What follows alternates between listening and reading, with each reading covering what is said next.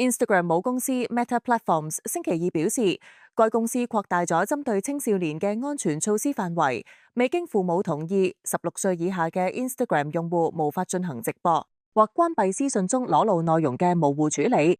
舊年9月，Meta 推出咗 Instagram 青少年帳戶計劃，為家長提供更多選擇嚟監督孩子嘅在線活動。目前已經有至少5400萬個青少年帳戶建立。Meta 表示，將把針對18歲以下用戶嘅保護措施擴展到 Facebook 同 Messenger 平台，包括默認將青少年帳戶設置為私人帳戶，屏蔽陌生人嘅私人消息，嚴格限制暴力視頻等敏感內容，提醒用戶每60分鐘休息一次，以及喺瞓覺時間暫停通知等。呢一次更新將會首先喺美國、英國、加拿大同澳大利亞推出，隨後將會喺未來幾個月內推廣到全球用戶。